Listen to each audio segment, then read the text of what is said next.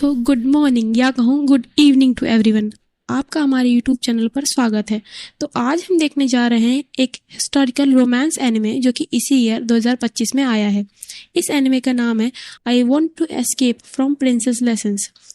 Usually हम कुछ historical type anime में यही देखते हैं कि कैसे एक प्रिंसेस अपने प्रिंस का दिल जीतती है और अपने चार्म से सबको अट्रैक्ट कर लेती है, पर इस एनिमे की स्टोरी तो इसके बिल्कुल अपोजिट है।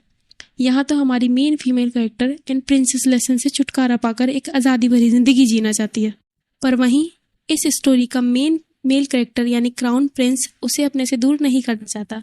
वो उसे मनाने के लिए कई तरीके आजमाता है।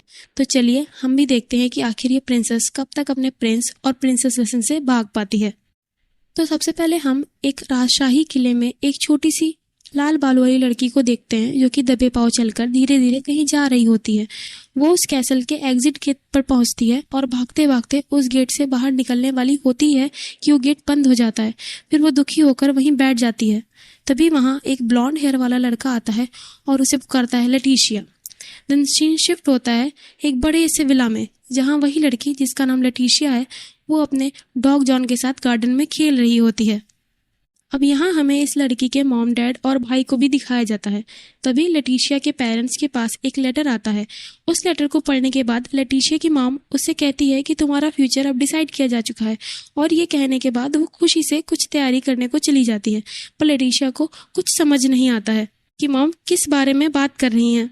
तब उसके डैड उसे बताते हैं कि वो एक अच्छी ब्राइड बनने के लिए राजा के कैसल जा रही है। वो पूछती है कि आप भी मेरे साथ चलेंगे, है ना? पर डैड कहते हैं कि वहां उसे अकेले ही जाना होगा। इस बात से परेशान होकर लटीशिया अपने डैड की गोद में जाकर रोने लगती है।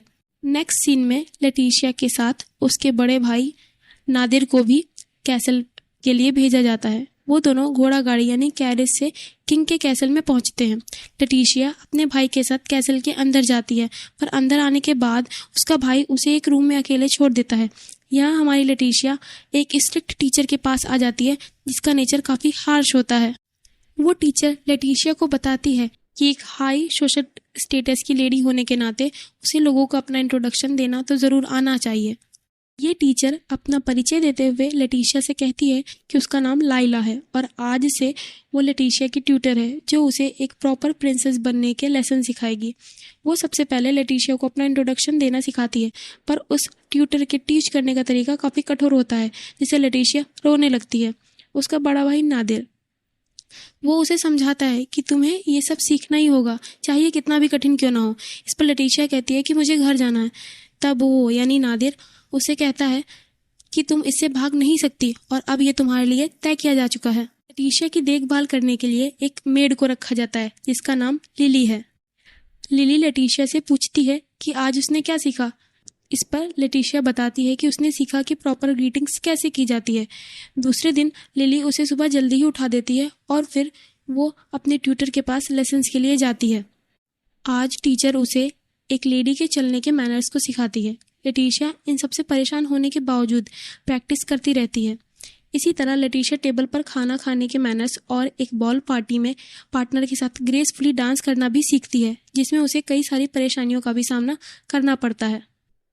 तो ऐसे ही समय बीतता जाता है और अब हमारी लटीशिया 17 ईयर्स की हो गई होती है। तो लटीशिया की टीचर उससे उन सभी लेसन्स का जो कि एक गुड ब्राइड बनने के लिए उसकी टीचर ने उसे सिखाए हैं उसका टेस्ट लेती है। लटीशिया ग्रेसफुली चलने, बोलने, खाने और डांस करने सभी में पास हो जाती है। लटीशिया को अपनी कंट्री और आसपास के देशों के बारे में भी काफ़ी नॉलेज हो जाती है। देन एक दिन लटीशिया क्राउन प्रिंस क्लार्क यानी हमारे स्टोरी का मेन कैरेक्टर जिसकी वो ब्राइड बनने वाली है उसके साथ में वो एक बॉल पार्टी में जाती है, पर उसका मन हमेशा की तरह उदास होता है। पार्टी की लेडीज लटीशिया की सुंदरता की तारीफ करती हैं। तभी हम देखते हैं कि यहाँ प्रिंस क्लार्क एक दूसरी लड़की जिसका नाम बिरियाना होता है उसके साथ पार्टी में आते हैं। वहाँ की सभी लेडीज आपस में ये बात करने लगती हैं कि अरे प्रिंस क्लार्क लटीशिया की जगह किसी और लड़की के साथ में है। प्रिंस क्लार्क लटीशिया से कहता है कि आज वो उसका पार्टनर नहीं बन सकता। इस पर लटीशिया कहती है इसका मतलब ये आपकी पार्टनर बनेगी और हमारी इंगेजमेंट। तब क्लार्क कहता है जैसा तुमने गेस किया। ऐसा सुनने के बाद लटीशिया दुखी होने के बजाय खुशी से झूमने लगती है, जिसे देखकर वहाँ के सभी लोग शॉक्ड हो जाते हैं।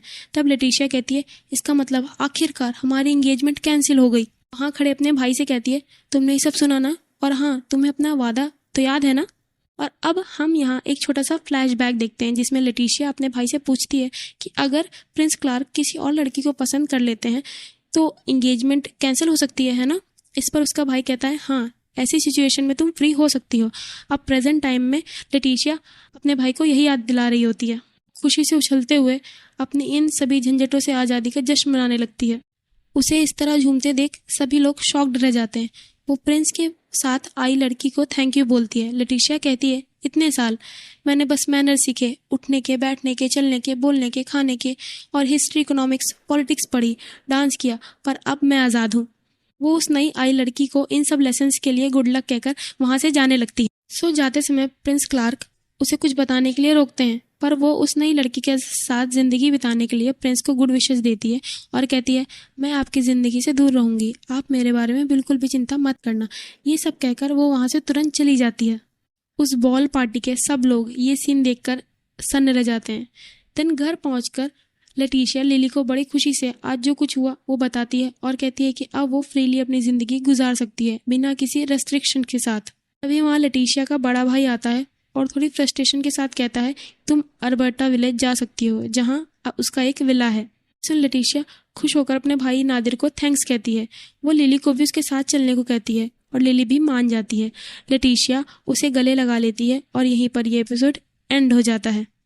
सो द नेक्स्ट एपिसोड में हम देखेंगे कि ये आज़ादी लेटिशिया के पास कब तक टिकती है और हमारे मेन कैरेक्टर यानी प्रिंस क्लार्क आखिर क्या कदम उठाते हैं।